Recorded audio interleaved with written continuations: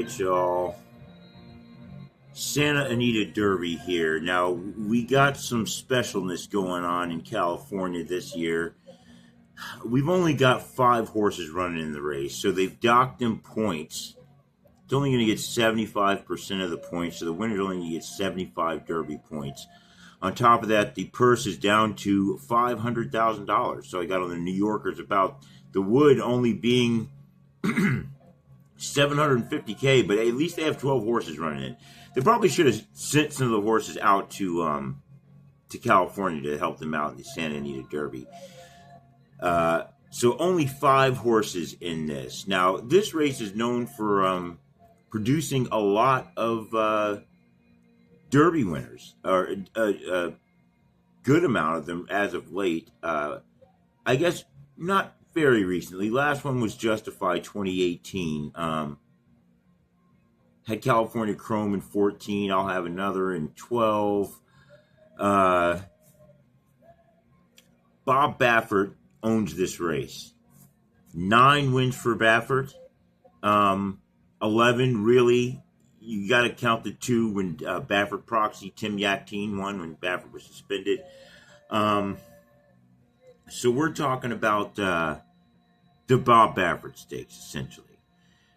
Bob Baffert's got 2 of the 5 horses running in this one.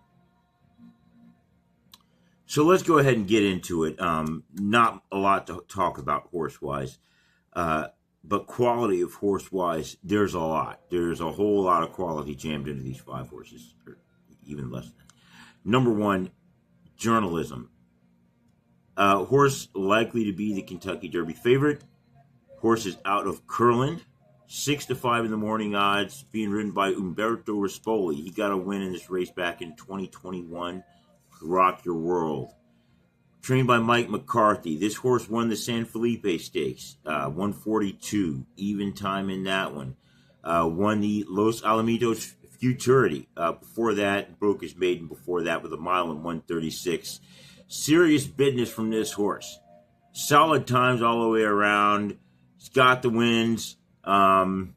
He's just going to have to come out and get it done to get the Derby points. Head to Louisville, right? Not so fast. Number 2, Citizen Bull. An into mischief horse here. Mother's Father's distorted humor. So, I mean, these into mischief horses, and a lot of people are doing the throwing in the distorted humor, breeding along with that. So here's another one. Citizen Bull, being ridden by Martin Garcia. Now, he got a win with Baffert 2015 with Dortmund. As I was saying, Baffert with 9, actually 11 wins in this this race.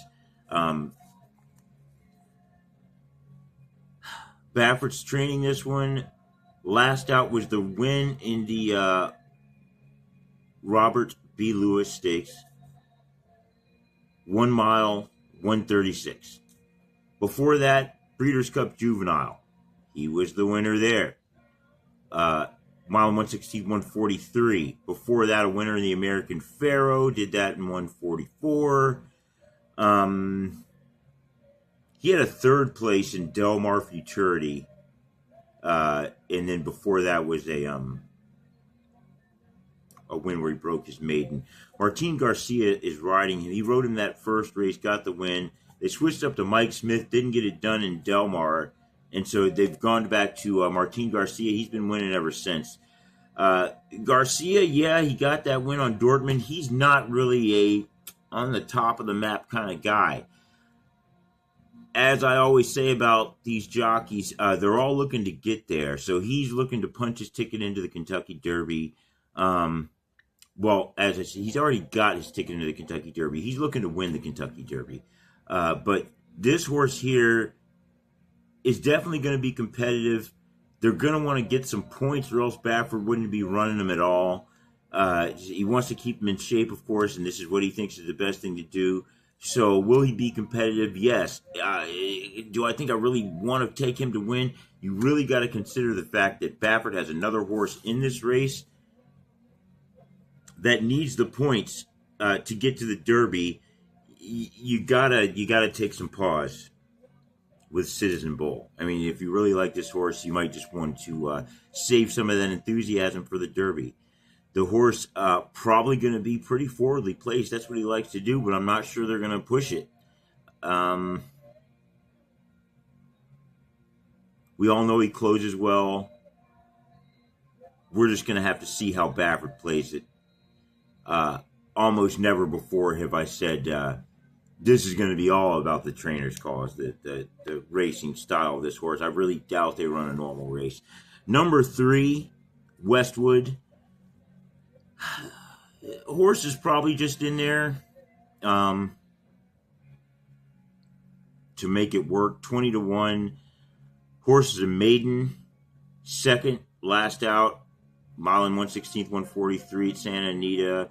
Before that, he was third, sixth off in a mile at Santa Anita.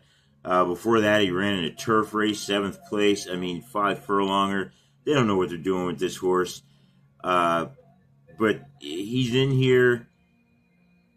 You don't want to ignore him.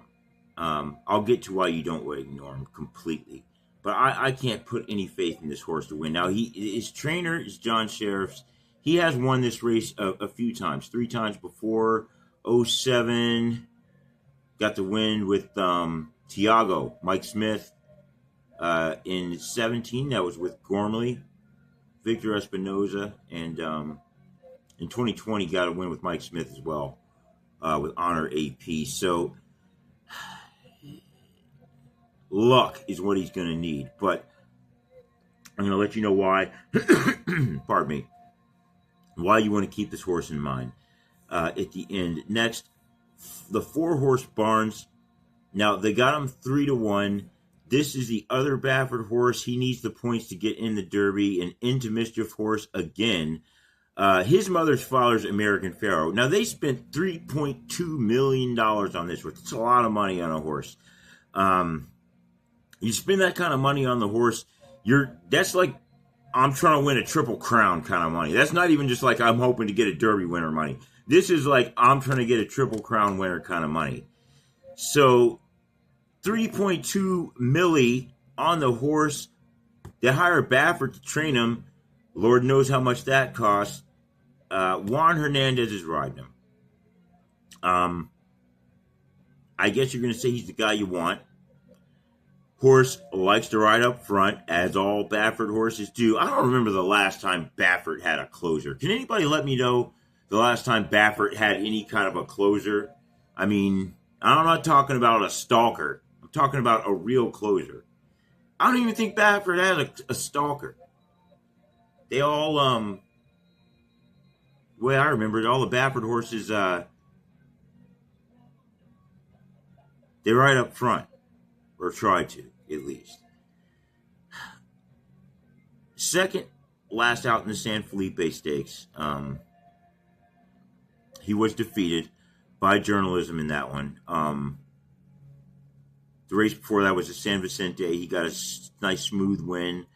5-length victory, 7 furlongs, 122. And before that, he had broke his maiden, won by a head at Churchill, 6 furlongs, 102.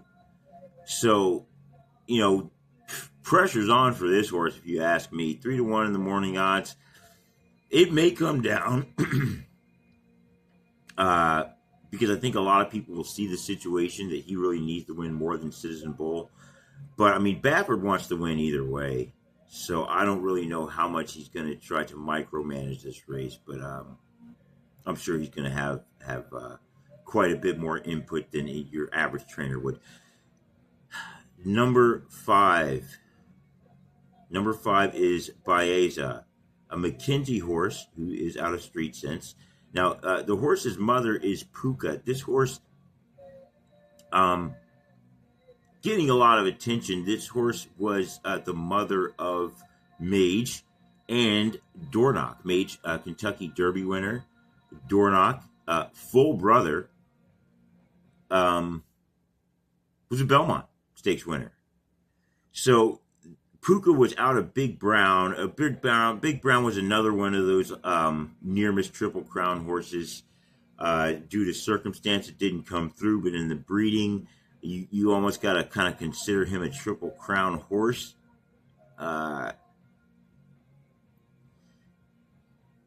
So you got the breeding with this one. Hector Barrios is riding him 6-1 in the morning odds. John Sheriff's training this one as well. So you got an experienced trainer. Still know that this horse has the speed. He's just coming off a maiden win, mile 137 at Santa Anita.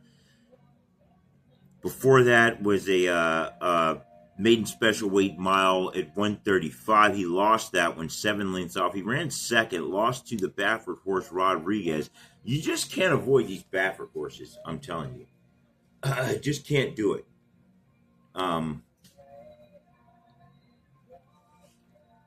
Race before that, another one where he's, they're running the horse on turf. Don't know what he's going to do. A mile on turf, 9th place.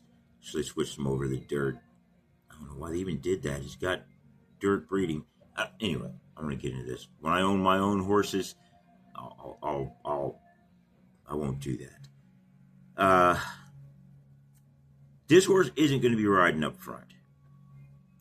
However, this speed he's shown being off of Rodriguez shows he could be competitive. The reason why, the fastest horses I've got it, I don't really use speed figures. I think there's more politics in speed figures than actual science and physics. I've got Journalism really raised the fastest horse here. Now, I've got Citizen Bull and Barnes a step off of them, and then Westwood and Bice a step off of them. Now, Citizen Bull doesn't need the win. That is one reason why, if anything happens, they're going to pull him. If he kind of slightly something, certainly if he stumbles out of the gate, they're just going to ease him. They're going to ease him. Baffert's not going to ruin the Derby over trying to do too much in this race. Believe it or not, Baffert, he's not a greedy person. Not that I've seen. He's prosperous and plentiful, but greed isn't the way. We're going to be setting up here a situation to where Citizen Bull should be the leader of this race, and Barnes should be on him. They should challenge each other for the lead, probably tire each other out, and set up a good situation for Journalism to close and win. I don't think that's going to happen. All right. We're going to see a little bit of fullback action from Citizen Bull. In my opinion, here's what I think Baffert's going to do. None of these other horses are natural front runners, so they're both going to come out front. He's going to tell Garcia to give Barnes the lead. He's going to tell JJ to just, you're going to get the lead, keep the horse comfortable, and he's going to keep Citizen Bull off of him, save him. And what Martin Garcia is going to do is keep out of the corner of his eye a look out for Journalism. And he's going to try to block him. It's not going to be obvious. Kind of like, I don't know if you all saw that Arkansas Derby when Sandman pulled off that block move at the end. I forget the horse there he pulled that on. That was, let's look that up real quick here since we're talking about it. At the end of that race, if you look, Jose Ortiz was riding Sandman, and it was Cole Battle, or not Cole Battle, it was 3, Publisher, the Flavian Pratt horse. Ironic enough, it's Flavian Pratt gets cut off. But Jose Ortiz, he nudges Sandman over. The horse didn't do that. The jockey did. The horse drifted out a little bit. No, he didn't. The jockey drifted him out. You nudge him over a little bit, straighten him out, kind of make it look like it just happened. And it's just enough to throw off the momentum of Publisher, who was closing hard. And he wasn't able to close and get the win. There was an inquiry after the race because, the stewards obviously knew that's what happened. But you can't do that. See, that's where gamesmanship comes in. It's the difference between cheating and gamesmanship. Gamesmanship is where you purposefully commit a foul and just kind of hope that it's not egregious enough of a foul to get called, but it is egregious enough to make a difference, to give you an advantage.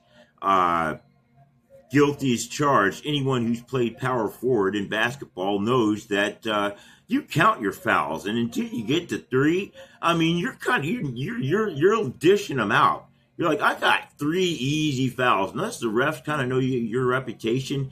Like, I'm a stick dude right here. Ain't nobody getting nothing through until I got 3 fouls at least. And then I'm going to start being a little bit more reserved.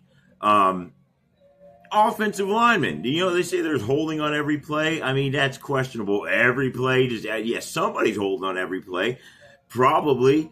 Because, yeah, you're going to hold just enough to get the job done if you got to. It's a tough job. This isn't easy to hold these big, massive people trying to rush the quarterback, get paid millions of dollars, try to stop this guy.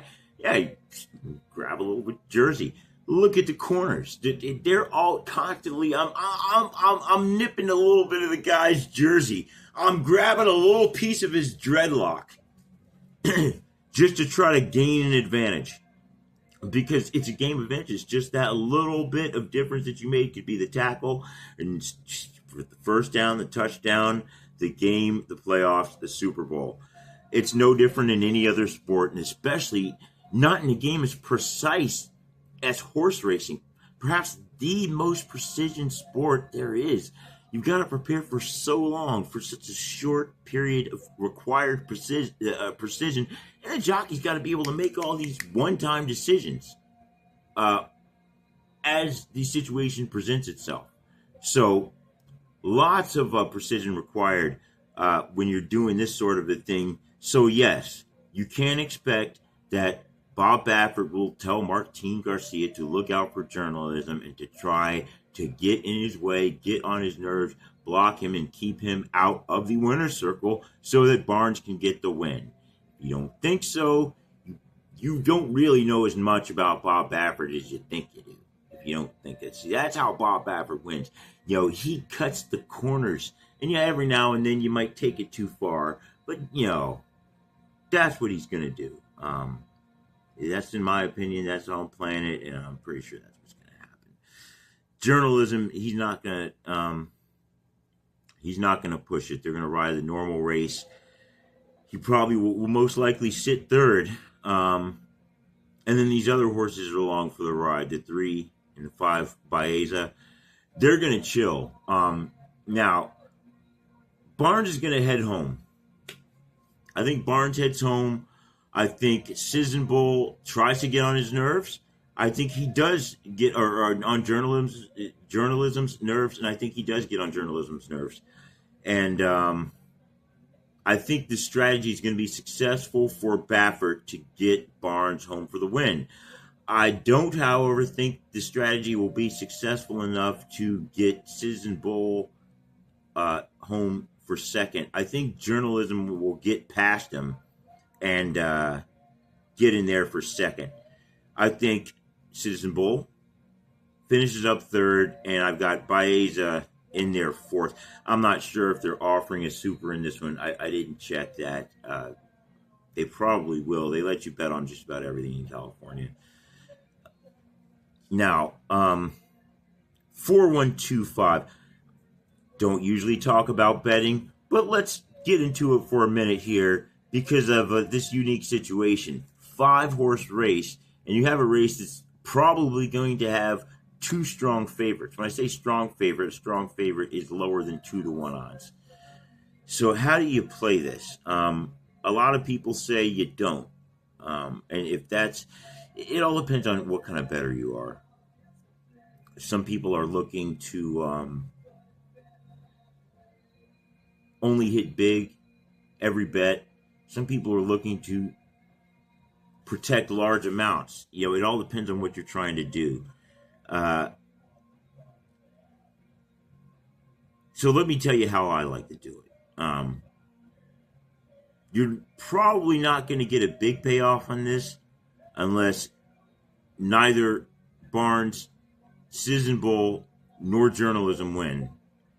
And you've got a trifecta or a super. That would probably be a big payoff. Don't think that's going to happen.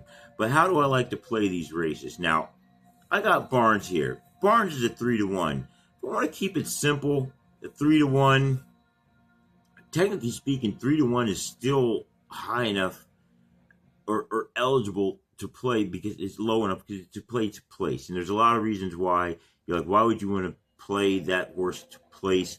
It's because of the likelihood of it paying off is very high. So it all depends on how you are betting. If you're doing multiple bets, you might want to do like a 50 to place on Barnes and then throw some exotics in there, the supers, some tries, exactas or something, for a couple bucks, $3. That way, it all depends on how you want to balance. There's lots of ways to do this, but that is low enough to play to place. As are the other ones. If you really are just looking to get a nice, safe cash, a lot of people would not want to take that kind of a risk, which is where the exactas would come into play. Now, that 1-2 exacta, the Citizen Bowl journalism, is chalk. It's going to be chalk. There will probably be a lot of money on Barnes with these other horses in the exacta pool. So any exacta is probably going to be pretty chalk. Luckily, if you look at the pool payouts, you can see before the race how many people are really playing that exacta Barnes journalism Citizen Bowl combo when you look at the will pays. Now, like I said, depending on what you want to get a payout on, if you look at those will pays and you see that, for example, a Barnes journalism pays what you want. Let's say the $2 exacta would pay, I don't know, $12, and let's say that's good enough for you. That's 6-1 return on that money, and you're good with that. If that's what you like, then you want to just stick with that. You may just want to play the box. It's when you have strong favorites, especially like a 6-5. I have a hard time just settling on, all right, I'm just going to play this horse on top of the exacta or on the bottom of the exacta, because that's one of the biggest variables is where these strong favorites run first or second. And so you're much better off just playing both sides of that. You'll see that you'll cash a lot more. Pardon me. If you figure that if you're just going to play that strong favorite in first, you want to have him in second as well, just with a box with your horse. If that's what you do, that's what you want to stick with. Don't play a bunch of supers. Don't play a bunch of other stuff unless it's proportionally aligned to your main bet, because there's not a lot of opportunity to make money in these races because of how few horses it is. However, the exotics allow you opportunity to make a nice chunk of money. Now, let's say that that 6-1 return isn't good enough for you. Then you want to take it up to a try. You would do like a 4-1 key, a 4-1, 4-1, and then you would play the third horse behind. So, for example, a key is a 4-1, 4-1, 2. You can play that for 50 cents. That's a $1 bet. That would come out, and that would probably at least pay you like a 10-1 payout. Nothing's wrong with that. You're going to get a trifecta that you the 50-cent try would probably pay about $9, something like that. So you want to look at like a trifecta key. Play it like an exacta, but play the other one behind it. Now, this is where I say you want to keep these horses like Westwood and Baeza in mind. Let's say you're sticking with the same scenario where you got a 4-1. You're playing Barnes and journalism up top, 4-1, 4-1. You can do a 4-1, 4-1 all in this one. That's only 3 bets, 6 total. But now, if you get a 4-1-2, yeah, it's probably not going to play that much. It will pay decently because a lot of people do this. They try to make their money in the tries, in the exact, in the supers, in these races like this because it's so hard to beat the odds otherwise. and get a nice payout. So a lot of people will juice these exotic pools, and so you can get a little something if it's the 2. But what you're really hoping is that Citizen Bull screws around and doesn't end up in 3rd. And I think that's quite possible. Don't forget, he doesn't need the points. So if you have a 4-1-4-1 with a 3-5 behind it, you know, that right there you're looking at, that's at $1, it's a $4 bet. You know, so it's 2/3 of a trifecta box, but your chances of getting that are much higher. And because the odds are going to be much greater and people aren't going to juice Westwood and Baeza in the trifecta and super pools, bang, there you can do it. So if you just want to focus on that, play it. If you get it, great. If not, it's okay. I mean, you're not going to win every time anyway. If you think you are, then you probably haven't made it this far anyways. I think all of you know that. But you can definitely find room to do something if you play around in these trifecta and super pools. If you're someone that wants to get a nice return, something that gives you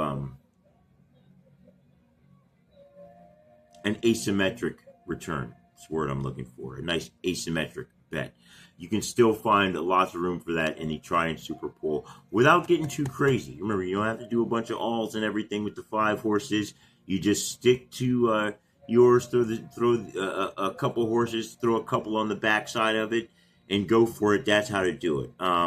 So let me know what you all think there in the comment section here.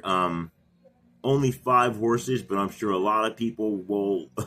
It'll probably be split pretty evenly. I'm thinking it's between which of the 3 people like to win.